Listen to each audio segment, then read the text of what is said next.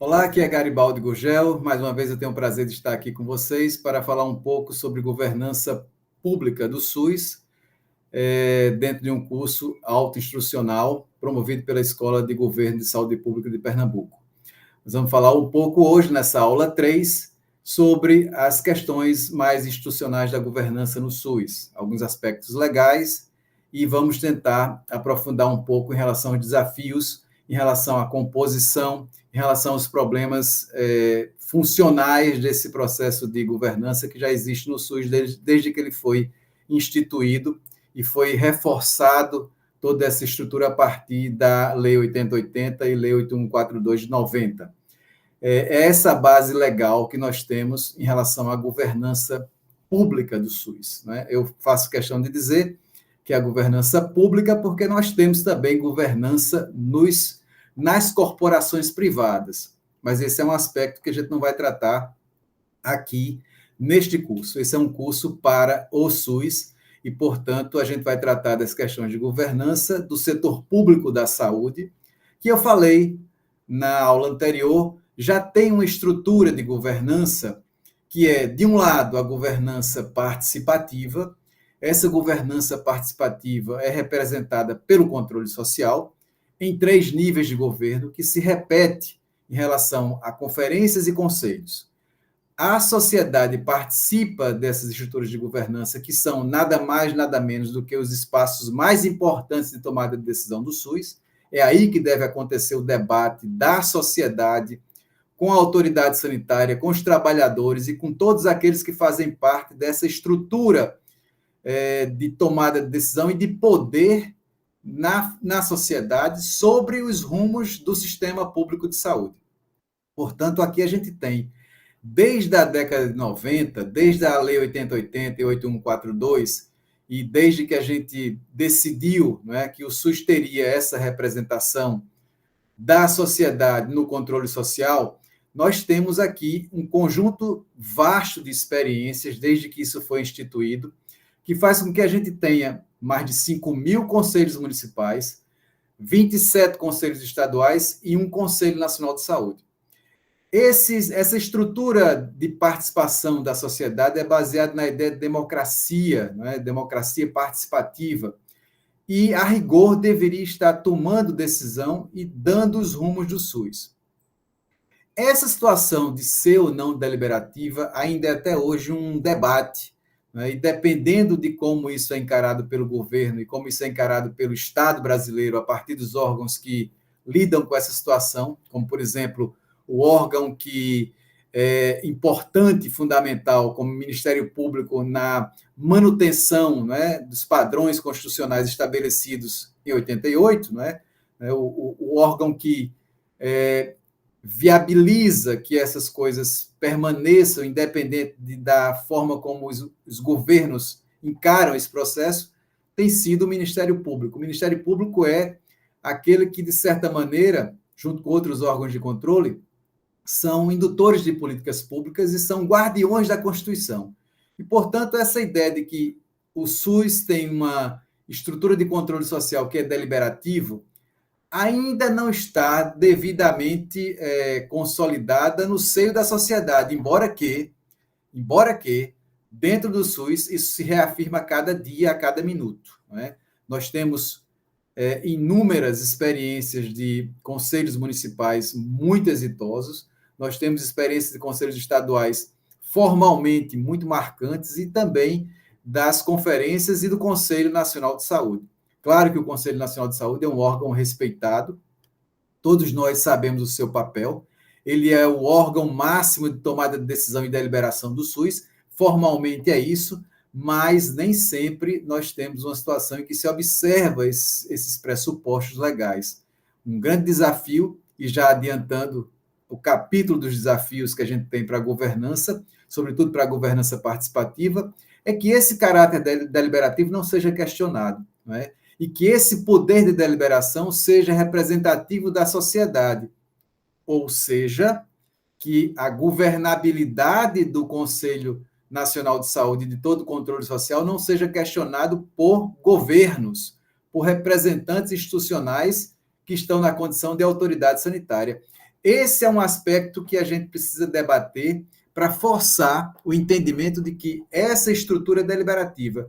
Porém, a estrutura deliberativa não é a mera formalidade, não é só votar, não é só emitir resoluções, não é só ter um congresso, né, uma atitude congressual, uma atitude de assembleia, numa conferência, onde nós temos lá uma deliberação e que não tem efeito prático. É para ter efeito prático, e esse é um problema que nós observamos na dinâmica de governança do SUS. Durante muitos anos, durante muitas décadas, pelo menos duas, o caráter deliberativo do Conselho, né, Nacional de Saúde, o caráter deliberativo do controle social como um todo, tem sido questionado. Embora que, da mesma forma, tem sido reafirmado no dia a dia, esse é um grande desafio. E o segundo desafio é representar a sociedade de maneira bastante confiável, né, bastante transparente e bastante representativa dos interesses sociais. Como os interesses sociais muitas vezes são divergentes, esse processo é muito complexo e, logo, toda a dinâmica, né, do controle social do SUS, do controle social não apenas, mas da relação do controle social com a governança intergovernamental é assunto muito complexo, é assunto para desatar ainda alguns nós que atrapalham e que criam disfuncionalidades. Mas a ideia de governabilidade ela vem no sentido de nos apoiar, para dizer assim, para estar lá e representar 50% dos trabalhadores, 50% dos usuários, 50%, né, de todos os percentuais que nós temos, é preciso ter governabilidade. Tá? É preciso ter uma governabilidade que significa estar, de fato, representando este coletivo de cidadãos através de um processo ético, coerente, não é? Com o que está escrito na Constituição, que está escrito nas leis 8080 e 8142. Portanto, esse é um grande desafio. O primeiro desafio é que o caráter deliberativo do controle social e, portanto, da governança participativa seja reafirmado a cada minuto, a cada segundo no SUS. E para isso ele tem que ter governabilidade, ou seja, representação legítima. Para isso, a gente tem lá uma composição que coloca 50% dos assentos do controle social na mão da sociedade civil organizada, de representações do cidadão. Por quê? Já tivemos a oportunidade de discutir isso. Quanto mais representado o cidadão tiver na sua diversidade, mais próxima de termos decisões que possam beneficiar essa sociedade, essa coletividade. Por mais divergente que seja, se nós tirarmos a representação da sociedade, essa tomada de decisão fica mais pobre, fica menos representativa e, portanto, há menos governabilidade. Esse é um aspecto fundamental que nós queremos reafirmar aqui, porque o SUS nasce dentro desse espírito democrático. E é dessa forma que ele alimenta todo o processo de construção do sistema universal, equânime, e que possa colocar o cidadão como elemento central deste processo de destinação de políticas públicas de saúde e de proteção social. Então, se tirarmos o cidadão daí, essa tomada de decisão não é legítima. Portanto, o caráter deliberativo ele é consagrado na lei. Um outro aspecto que é fundamental é que os outros 50% desta composição fica dividido entre governo, trabalhadores e prestadores de serviço. E por que razão? Para que a gente possa ter uma representação 360 graus. De um lado estão aqueles que representam a sociedade, 50% das cadeiras, dos assentos, da tomada de decisão que ocorre no controle social, e os outros 50% são divididos entre governo, nos 3 níveis, representantes de trabalhadores, nos 3 níveis, e prestadores de serviço nos 3 níveis. É por isso que a gente tem uma representação que é 360 graus. E no detalhe, essa composição vai se diversificando e se aproximando cada vez mais de uma amostra da sociedade brasileira no campo da saúde pública, no campo do SUS, no campo do setor público da saúde. Essa composição permite que nós tenhamos uma réplica da sociedade de todos os interesses envolvidos nessa manutenção de um processo de decisão que é legítimo, tem legitimidade, portanto, tem governabilidade, é eleito, tem um processo eleitoral que, por mais questionável que seja, é o que nós temos feito há pelo menos 3 décadas, e é o que nos leva a tomar a decisão de maneira mais acertada em relação ao que interessa à sociedade com toda a sua diversidade, e pluralidade. Então, esse é um aspecto que eu queria reafirmar. Um outro componente que merece aprofundamento sobre governança pública no SUS é a governança intergovernamental. E aí isso está também consolidado em lei, nas mesmas leis que eu citei aqui, e nos decretos e na forma como isso foi conduzido pelo legislador no Brasil. Portanto, essa legislação ela foi atualizada algumas vezes, ela foi regulamentada outras vezes e aperfeiçoada a cada dia, de modo que a gente tem, no Brasil, uma governança intergovernamental que representa os nossos níveis de governo numa perspectiva técnica, institucional e política. Não é? Então, nesse nível de governança, que eu diria que é intergovernamental, nós temos um aspecto fundamental, que é a pactuação, que leva em consideração elementos políticos, crenças, valores e ideias e princípios, elementos técnicos e, portanto, toda a base, não é, de conhecimento que a epidemiologia, a economia da saúde, a geografia da saúde e a saúde pública nos dá. Portanto, há elementos técnicos aqui que são fundamentais para uma discussão nesses níveis de tomada de decisão que tem uma perspectiva institucional e mais técnicas e que a sociedade não está necessariamente ali representada, mas votou num prefeito, votou no governador, votou no presidente e esses nomearam representantes institucionais para estar no Ministério, estar na CIT, na Bipartite e na CIR.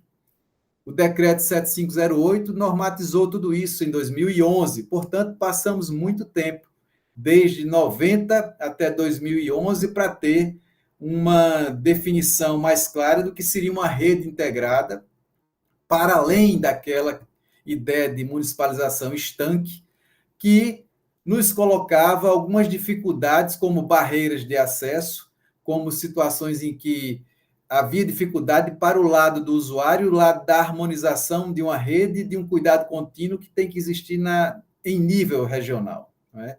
Então, essa ideia de rede regional integrada, com um planejamento integrado ascendente, tudo isso tem a ver com essa ideia de governança intergovernamental.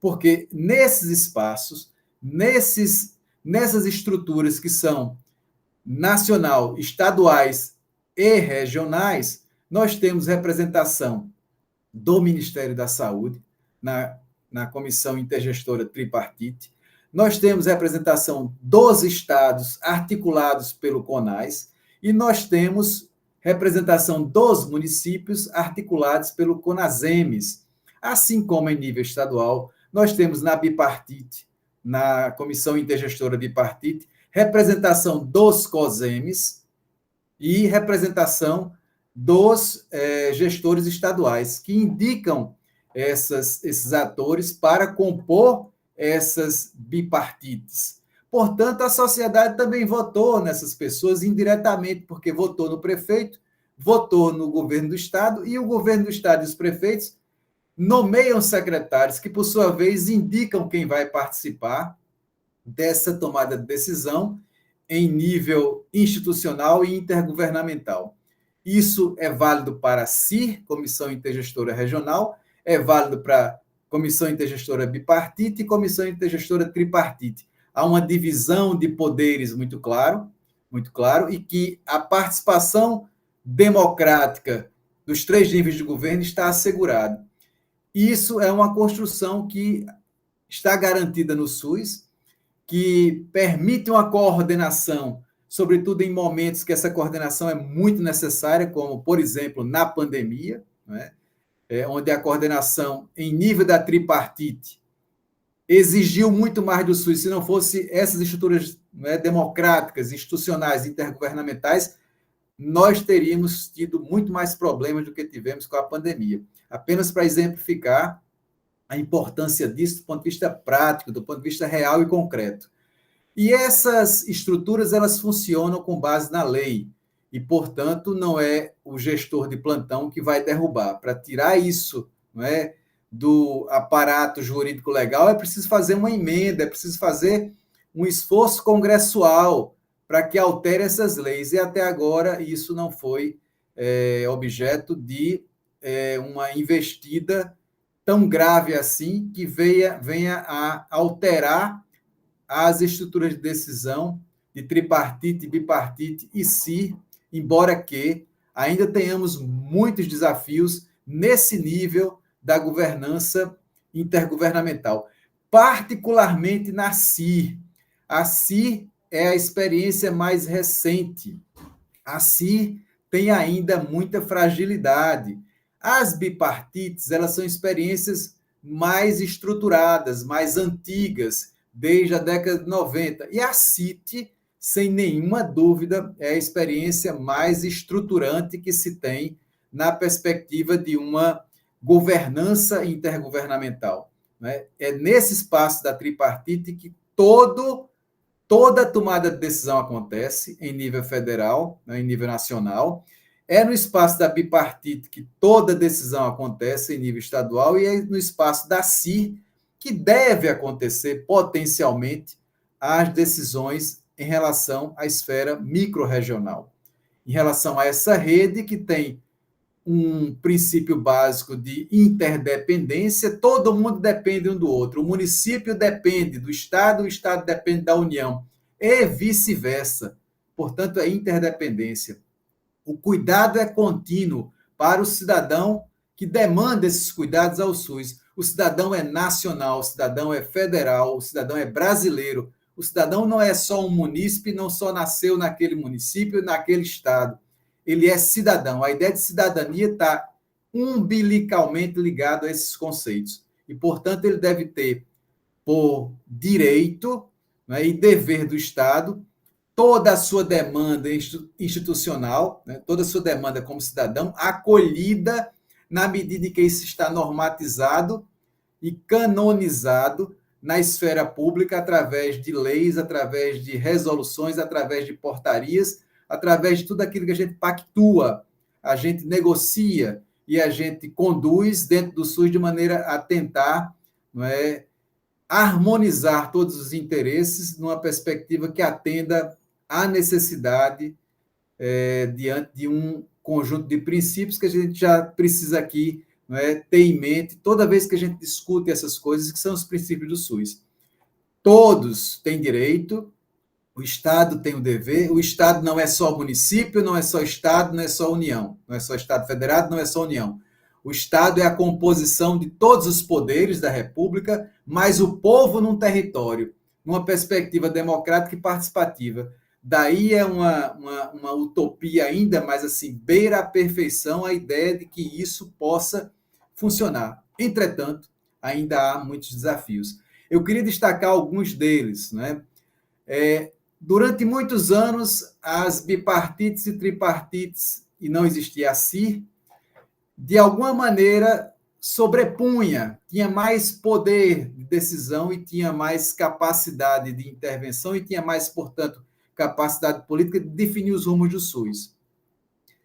Da década de 2000 para cá, essa situação se inverte um pouco, mas não totalmente. Ela atenua um pouco, mas não totalmente. Ainda temos muita dificuldade em assegurar que o controle social do SUS é a mola mestra desse processo de tomada de decisão. É nele que está resguardado todo o processo de legitimamente tomar decisão no SUS em nome da sociedade. Numa segunda questão, acho fundamental, nós ainda temos espaços territoriais que não têm uma representação. Por exemplo, em Pernambuco, nós temos uma macro-regional. E é nessa macro-regional que nós concluímos, nós fechamos toda a estrutura necessária, toda a infraestrutura, toda a logística de rede, toda a base, não é, estrutural concreta e institucional, né, de valores e regras e leis que montam um sistema de saúde. Um sistema de saúde ele é montado na macro-região, ele é completo nessa macro-região. Ele deve funcionar com aquele processo de harmonia entre municípios de uma micro-região que se somam a outros, que têm gerências regionais e que, por sua vez, há um processo de tomada de decisão colegiada que leve a que uma macro-região seja uma concertação de ideias dentro de um sistema completo. Portanto, uma macro-região que congrega a região metropolitana de Recife, ela deve ter um sistema completo ou que atenda à totalidade da população do estado de Pernambuco. Da mesma maneira, guardando as suas devidas proporções, Caruaru, que é sede de macro, e assim sucessivamente nas 4 macro-regionais do estado de Pernambuco. Ainda estamos longe, apesar desse exemplo, de ter uma representação de macro-região que harmonize todos os interesses que acontecem em relação à saúde nessa perspectiva regional. A regionalização, o processo de organização de uma rede integrada tem muitas lacunas, e uma das lacunas diz respeito ao processo de construção dessa rede e o processo de tomada de decisão e essa ideia de abstração que é uma macro regional em saúde. Isso é uma abstração, mas que tem peso, porque os impostos são estaduais, os impostos são municipais e uma carga importante de impostos está na mão da União.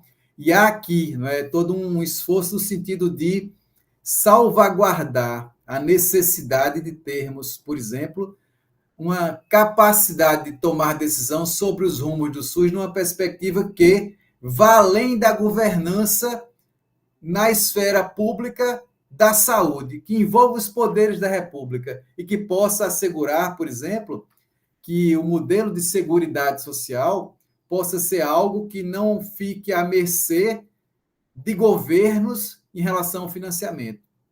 Portanto, a ideia de ter o recurso da Seguridade Social, que é a ideia base, não é, que está por trás de um sistema desse, é fundamental para que ele possa existir na prática. E ele só pode existir na prática se isso for consagrado por um processo de metagovernança. Metagovernança, na prática, e assim de maneira muito simplista, seria a governança da governança. E quem faz a governança da governança são os órgãos de controle de Estado. Portanto, os tribunais, o Ministério Público, os órgãos controladores que devem, via de regra, garantir o direito do cidadão e o dever do Estado. Esse é o maior desafio do SUS, do ponto de vista de uma tomada de decisão na sociedade que chegue até, em uma situação limítrofe, a um Conselho da República, embora que esse Conselho não se reúna necessariamente só para decidir coisas de saúde, mas que é necessário, em algum dia, em algum momento, tomar uma decisão para que essa ideia de seguridade social possa ser estabelecida e garantida efetivamente dentro do SUS. Sem isso, é impossível, né, que a gente tenha algo mais concreto em relação àquilo que está na Constituição. Portanto, a ideia de metagovernança é aquela que assegura um pacto republicano do papel do SUS na sociedade, que, portanto, ele deve ser financiado adequadamente. E o financiamento está escrito lá, nas disposições transitórias da Constituição de 88. É exatamente 30% do recurso da Seguridade.